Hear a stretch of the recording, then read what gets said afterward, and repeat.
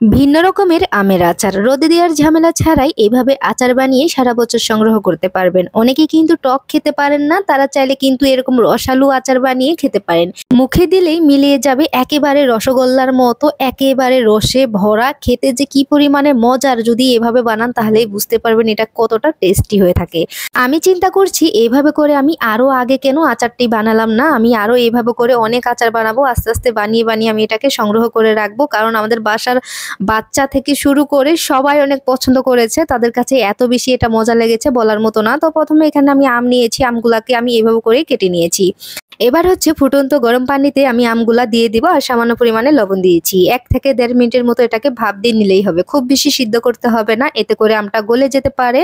আর এটা ভাপ দিয়ে নেওয়ার একটাই কারণ, এটা যে এক্সট্রা একটা টক থাকে এটা বের হয়ে যাবে, এতে করে আচারটা খেতে অনেক বেশি মজা হবে। 1 কাপ পানি, 1 কাপ চিনি আর সামান্য পরিমাণে লবণ দিয়েছি। এটাকে আমি জাল করে নেওয়ার পর হালকা একটু আঠালো ভাপ হয়ে গেলে আমগুলাকে আমি দিয়ে দিব। আমগুলা দেওয়া হয়ে গেলে এখন হচ্ছে এখানে আমি এটা সুন্দর একটা কালার আসার জন্য এখানে সামান্য পরিমাণে একটু হলুদের গুঁড়া দিয়ে দিব আর একটু মরিচের গুঁড়া দিয়ে দিব এখানে 2টা এলাচ, এতে করে সুন্দর একটা ফ্লেভার আসবে। চাইলে এটা স্কিপ করতে পারেন, যদি ভালো লাগে অবশ্যই দিবেন। এবার হচ্ছে আমগুলাকে আমি এইভাবে করে আমি উল্টে পাল্টে দিচ্ছি। এটা খুব বেশি নাড়ানাড়ি করা যাবে না, খুব বেশি নাড়ানাড়ি করলে কিন্তু ভেঙে যেতে পারে। তারপর আমি দিয়ে দিচ্ছি এখানে 1 টুকরার মতো লেবু রস, এতে করে মানে খেতে আরো বেশি ভালো হয়, যাতে শিরাটাও খুব বেশি জমাট না বেজে যায়, সে কারণে কিন্তু লেবু রসটা অবশ্যই দিবেন। তারপরে দিয়ে দিচ্ছি এখানে 5 ফোড়ন গুঁড়া আর শুকনা মরিচ ভেজে গুঁড়ো করে দিয়েছি। দেওয়া হয়ে গেলে হালকা করে একটু নেড়ে চেড়ে দেবো, যাতে করে সুন্দরভাবে মিক্স হয়ে যায়।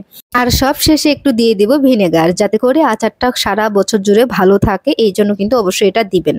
আর যদি কেউ চান যে আচারটা বানিয়ে খেয়ে ফেলবেন, তাহলে ওটা দেওয়ার কোনো প্রয়োজনই নেই। তো এখন হচ্ছে আমি নামিয়ে নিচ্ছি। দেখেন এত বেশি সুন্দর হয়েছে এটা, আর খেতে কি বলবো অসাধারণ লাগে। যদি বাসায় বানান তাহলেই বুঝতে পারবেন। আর কোনো রকমের রোদে দেওয়ার ঝামেলা ছাড়াই কাঁচা আমের ক্যান্ডি বানিয়ে সারা বছর জুড়ে সংগ্রহ করতে পারবেন। আমি চিন্তা করছি আমি আরো আগে কেন এই ক্যান্ডি বানালাম না।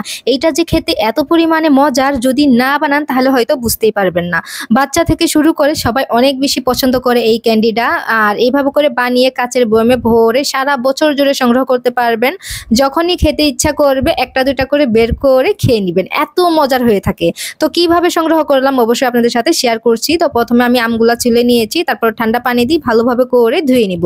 এবার হচ্ছে এই আমগুলাকে আমি কেটে নিচ্ছি। তো মাঝখান থেকে কেটে নেব, আর ভিতরে যে আঠিটা আছে ওইটা কিন্তু আমাদের ফেলে দিতে হবে। তো ফেলে দিয়ে এখন হচ্ছে আমি 4 ভাগ করে নিচ্ছি। মোট হচ্ছে একটা আম থেকে আমি 8 পিস আম বের করে নিয়েছি। এটা খুব বেশি মোটা আবার খুব বেশি পাতলাও করা যাবে না, আমি এরকমটা করে নিয়েছি। তো নেওয়া হয়ে গেলে একটা কড়াইতে আমি পানি দিয়েছি, হালকা একটু লবণ দিয়েছি। দেওয়া হয়ে গেলে আমগুলা দিয়ে দিব ফুটন্ত গরম পানিতে, দিয়ে এভাবে করে নেড়ে চেড়ে নিব। এটা খুব বেশি সিদ্ধ করা যাবে না, 2 মিনিটের মতো সিদ্ধ করে নিলেই হয়ে যাবে। 2 মিনিটের বেশি সিদ্ধ করলে এটা কিন্তু গলে যেতে পারে, তাহলে কিন্তু ক্যান্ডিগুলা গলে যাবে আর ভেঙেও যাওয়ার সম্ভাবনা থাকে, সে কারণে এটা 2 মিনিট জাল করে নেবেন। তো আমি 2 মিনিটের মতো জাল করে নিয়েছি, মানে হচ্ছে নেড়ে চেড়ে তারপর হচ্ছে নামিয়ে নিব। এই আমের ক্যান্ডিগুলা যে এত পরিমাণে মজার লাগে, বাচ্চা থেকে শুরু করে সবাই অনেক বেশি পছন্দ করে, বিশ্বাস করবেন না। আর বানানো একেবারেই সহজ, শুধুমাত্র আপনার 10 থেকে 15 মিনিট সময় লাগবে এটা বানাতে। আর এটা রেখে দিবেন, তাহলে কিন্তু সুন্দরভাবে ক্যান্ডি হয়ে যাবে। তো তারপরে হচ্ছে এই গরম অবস্থায় আমি এখানে চিনি দিয়ে দিব 1 কাপ পরিমাণে। অনেকেই বলে যে এই ক্যান্ডি বানানোর সময় অনেক বেশি চিনি লাগে, আমি এখানে অনেক বেশি চিনি দেব না, যেহেতু আমরা সবাই মিলে খাবো, নিজেরাই খাবো, এত চিনিটা খাবো না। এত চিনি আসলে নিজেদের শরীরের জন্য কিন্তু ভালো না, এই অনুযায়ী কিন্তু আমি চিনিটা একটু কম করে দিয়েছি। 1 কাপ চিনি দিয়ে আমি 1 ঘন্টার মতো রেস্টে দিয়েছিলাম। এর ভিতরে কিন্তু এটা গলে গেছে। তারপর হচ্ছে এগুলাকে আমি সুন্দর করে পানি থেকে উঠিয়ে নিব। এই শিরাটা কিন্তু আপনারা অন্য কাজে লাগাতে পারেন, কোনো সমস্যা নাই। তারপরে ক্যান্ডিগুলো আকর্ষণ করানোর জন্য আমি একটু কালার দিয়ে দিচ্ছি। চাইলে কিন্তু এটা স্কিপ করতে পারেন, কালার যে দিতে হবে এমন কোনো কথা নেই। তো আমি শুধুমাত্র দিচ্ছি এটা দেখতে যেন সুন্দর লাগে, তো এই কারণে আমি দিচ্ছি। আবার কালার ছাড়াও করতে পারেন, কালার ছাড়াও কিন্তু দেখতে অনেক বেশি ভালো লাগে। তো আমি 2 রকমের কালার করে নিয়েছি। নেওয়া হয়ে গেলে একটা প্লেটে আমি এভাবে করে ছড়িয়ে দেব, পাতলা করে দিয়ে দিচ্ছি। আর এইভাবে করে কিন্তু আমি 2টা প্লেটে আলাদা আলাদা করে দিয়েছি, যেহেতু 2টা কালার করেছি, যাতে সুন্দর করে কালারগুলো ফুটে ওঠে। আর কালারফুল জিনিস কিন্তু বাচ্চারা অনেক বেশি পছন্দ করে, এই জন্যই কিন্তু এটা দেয়া আমার।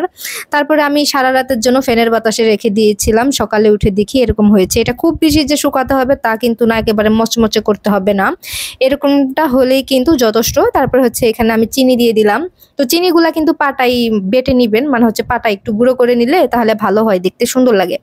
তো 1 কাপের মতো আমি চিনি গুঁড়ো করে তারপরে দিয়েছি। এবার হচ্ছে সবগুলা একসঙ্গে ভালোভাবে করে মিক্স করে নিয়েছি। এভাবে করে কিন্তু আপনি কাঁচের বয়মে ভরে সারা বছর সংগ্রহ করতে পারেন। আর ভিডিও ভালো লাগলে লাইক, শেয়ার, কমেন্ট করতে পারেন।